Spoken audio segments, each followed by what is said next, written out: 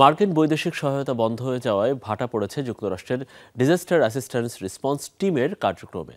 দুর্যোগ মোকাবেলায় আর মোতায়েন করা যাচ্ছে না প্রোগ্রামটির কর্মীদের।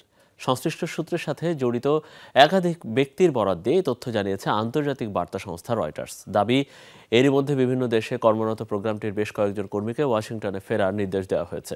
অনেকের কাছ থেকে কেড়ে নেওয়া হয়েছে প্রাতিষ্ঠানিক সুযোগ সুবিধা। বলা হচ্ছে এমন কর্মীর সংখ্যা আনুমানিক 10 থেকে 50। আন্তর্জাতিক গণমাধ্যমগুলোর দাবি, আফগানিস্তান, গাজা, সুদান এবং ইউক্রেনে বন্ধ হয়ে হওয়ার উপক্রম দেখা দিয়েছে প্রোগ্রামটির।